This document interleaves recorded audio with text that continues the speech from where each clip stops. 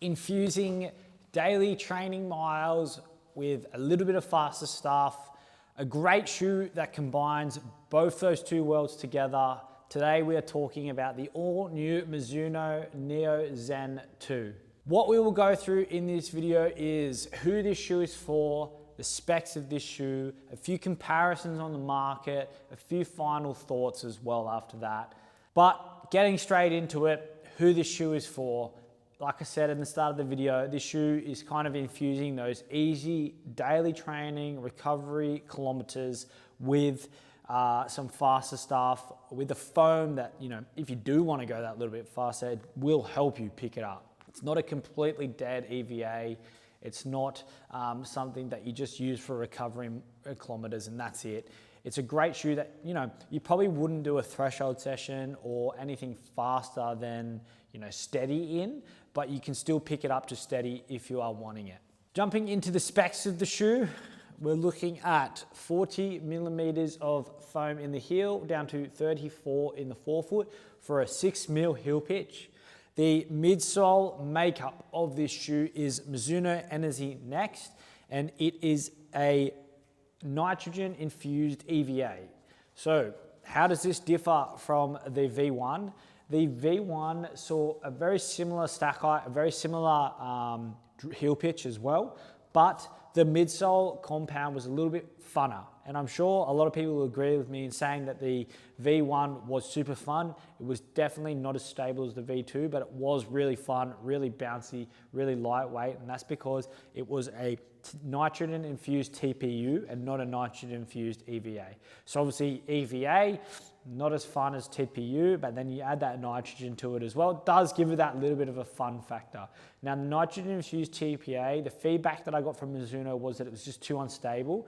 And with the two, they wanted to reach a broader market of people, which in store, I'm definitely seeing that it is able to be put on a whole range of different people rather than just someone who wants a really fun and bouncy shoe.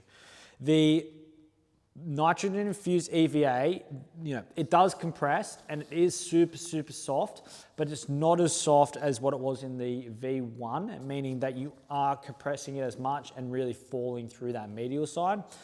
That paired with a nice flared heel and a flared forefoot does give you a nice broad base to land on as well. So for someone that really overpronates, probably not a good option for, again, because it is that little bit softer still, but for someone who's quite neutral and just wants something that they can get out and, feel quite still poppy and responsive, but just for those daily training kilometers, perfect shoe for that person. The biggest thing though that I like about this shoe is the upper. Mizuno have just nailed it with this upper. I'm feeling a great lockdown through the forefoot and through the heel, kind of like a sock, but then my toes are able to move and splay quite freely through the forefoot. With the Neo Vista, I just feel like I have too much room in that knit upper and they didn't really get it right. I think, looking forward with the Neo Vista 3, that will change. The upper is gonna be more like the Neo Zen 2, but for the Zen 2, they just nailed this upper. I don't get any soreness, hot spots, anything like that. I just feel like I have nothing on and I could run all day in this shoe. And that's exactly what any person wants. So hats off Mizuno, well done for that. Another thing that I think should be mentioned as well is the price point. So $240, so you're probably looking at an Evo SL competitor, Saucony Endorphin Azura competitor. And I think this kind of, fits right in there. It's obviously, when we talk about shoes in that kind of area, the Evo SL is a clear winner, for what you're getting in that package and the way it feels and the versatility of that shoe. It's a great shoe. Obviously, I think the Neo Zen is going to be just a little bit more stable because it's not as cut away through there as what the Evo SL is. But if you're comparing it, on par with the Endorphin Azura, I think two really good shoes and it'd be hard to split them apart there. What you're getting in this package is really good. A nitrogen-infused EVA, super nice upper, nice and stable. For $240, I think you can't go wrong, especially when we're seeing daily trainers in general climb up to that 280, 290, 300 mark. I think, for $240, a great package. Everybody should be pretty stoked with that. A few cons around this shoe. Again, I hate talking about negatives because like there are necessarily no negatives in this shoe. It's more so when you stack it up against other shoes. You know, $240 for a shoe of this caliber. Like, am I buying this, or am I buying the Endorphin Azura, or am I buying the Evo SL, or am I gonna spend another $100 and go with Super Blast so I can just use absolutely everything? The only negative I might have is that, you know, as you get, I haven't tested the shoe that far yet, but as you get to 20, 30 kilometers, I'd just like to see how that upper would kind of feel in the foot. Because like I said, for anything up to 20K, it feels great. But because we have such a nice lockdown through there, will that cause me any issues as I get through 25, 30K plus? I don't think so, but it'd be good to test it. So if you have done that in the Neo Zen 2, let me know. That could be our first negative.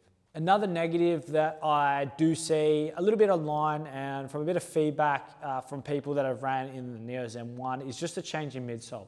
So coming away from the nitro-infused TPU to the nitro-infused EVA, obviously it's just not as fun. But I think, and I can understand Mizuno's rationale around that, you know, make it a shoe that is suitable to a broader range of people.